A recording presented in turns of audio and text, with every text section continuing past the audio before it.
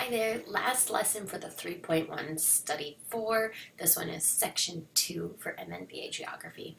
Urbanization. In Las Vegas, you can see the world gathered together along only a few miles of road.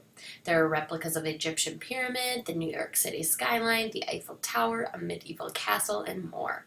These attractions make Las Vegas a popular tourist destination for both the Americans and foreign visitors, and they help draw new residents from around the country. Las Vegas isn't all glitz and glamour. The city can be crowded with so many people, and yet parts of the city are dirty and dangerous. In the summertime, temperatures can be unbearable, yet the city is still growing. Understanding the basics of urbanization helps geographers answer questions about humans and the environments they live in. Urban growth.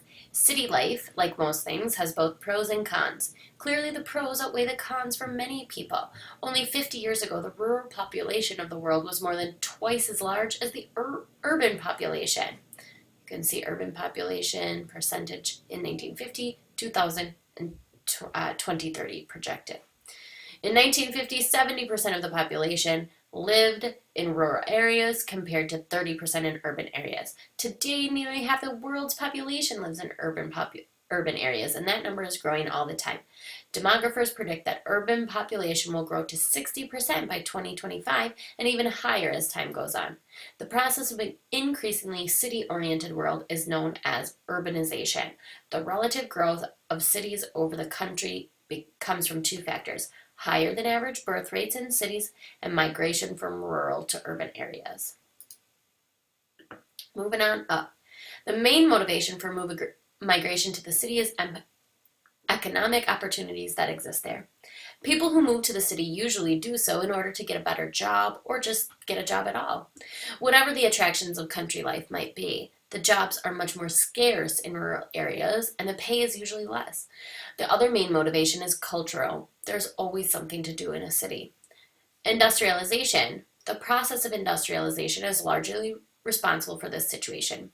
Before the Industrial Revolution, the vast majority of humans were involved in agricultural production. Most of the jobs, the good and the bad, were located in the country where agricultural production took place. With the rise of manufacturing, large-scale factories were built, mostly in existing or new cities. The population of cities rose rapidly as the people moved from the country in search of the jobs created by industrial development. Industrialization and urban growth are processes that feed each other.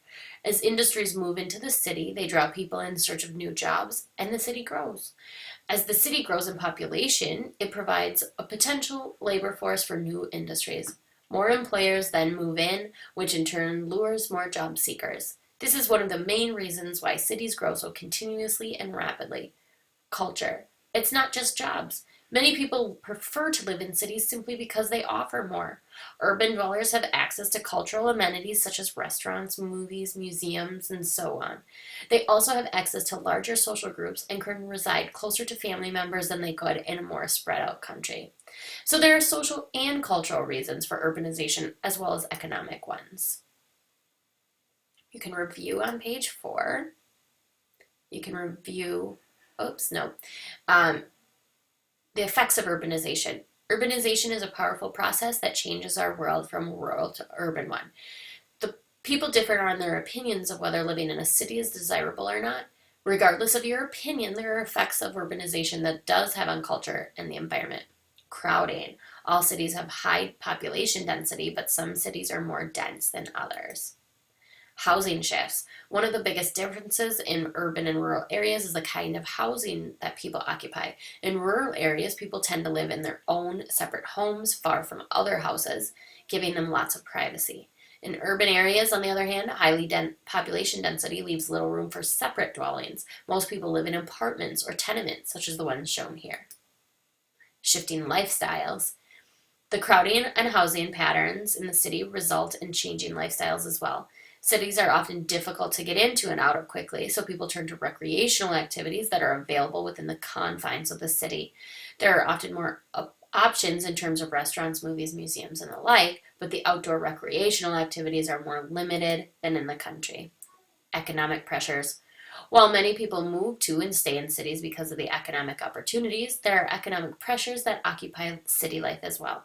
Limited supplies of housing and greater competition for it tend to drive up housing costs, often to extremely high levels. City dwellers tend to spend greater percentage of their incomes on housing costs. Many urban workers find that they cannot afford housing, increasing rent and pushing them farther and farther from the city center, increasing their commuting times and transportation expenses. Stress on human systems. Life on the cities depends on the human systems such as sewers, water lines, electricity and power lines, buses and subways, roads and bridges. More people here living in an area, the more they depend on these services, yet the increasing population puts a greater and greater stress on those systems. More frequent breakdowns in the service and increasing costs of maintenance and construction results from an overloading of the systems that were put in place for a much smaller population. Environmental impact.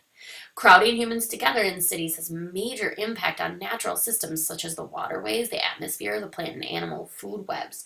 Industrial and human wastes often make adjacent rivers unsustainable for fishing, swimming, drinking.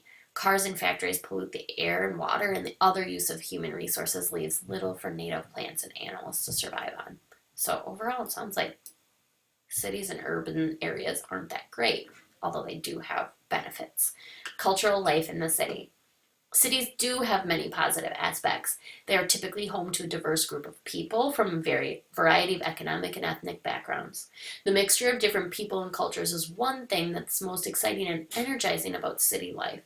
Because urban dwellers must live in such close proximity to many different and diverse peoples, cities are often havens of cultural, religious, and political tolerance. They also house important pockets of artistic and intellectual development spurred on by the cultural attractions of city life and the mixing of ideas and beliefs. Cultural mixing can have downsides as well. Political and economic tensions between people increase. One of the major negatives to living in a city is that so many different opinions and ideas in a densely populated place can unfortunately lead to conflict or violence. We don't often see that here in America, but in other countries that could happen a lot. Page 7. The pros and cons of city life. Cities are active, exciting, ever-growing places, but there are plenty of negative aspects to their development. Not everything about urbanization is bad, but all the changes in society undergoing urbanization are undeniable. Now that you know more, you can log on to page 7 to complete a self-check. Page 8, the American culture of urbanism. The world is becoming more and more urban each year, but many countries have already had an urban-dominated population distribution for many decades. Many European countries are almost entirely urbanized already, and some areas in Asia are rapidly becoming urban-dominated as well. The United States is one of the countries with a very strong culture of urbanism. Unlike Europe, the United States still has an extremely large, wide-open spaces and virtually empty territories. Nonetheless, it is largely comprised of a series of vast metropolises that incorporate the vast majority of American population. As of the 2000 census, 75% of all Americans were urban dwellers, compared to 64% in 1950. It's not much of an exaggeration to say that the United States is a country made up of one metropolitan area after another. These metropolitan areas are made up of territory that spreads outward from the major city center to include urban neighborhoods, suburbs, exurbs, and smaller satellite cities, the surrounding towns. In many parts of the country, particularly the Northeast, one metropolitan area leads right up to another to cover hundreds of miles. You see this big stretch of red. They just cover miles and miles and miles, urban city after urban city. All right, thank you. You can now take the 3.1 quiz after you've reviewed all the vocabulary words.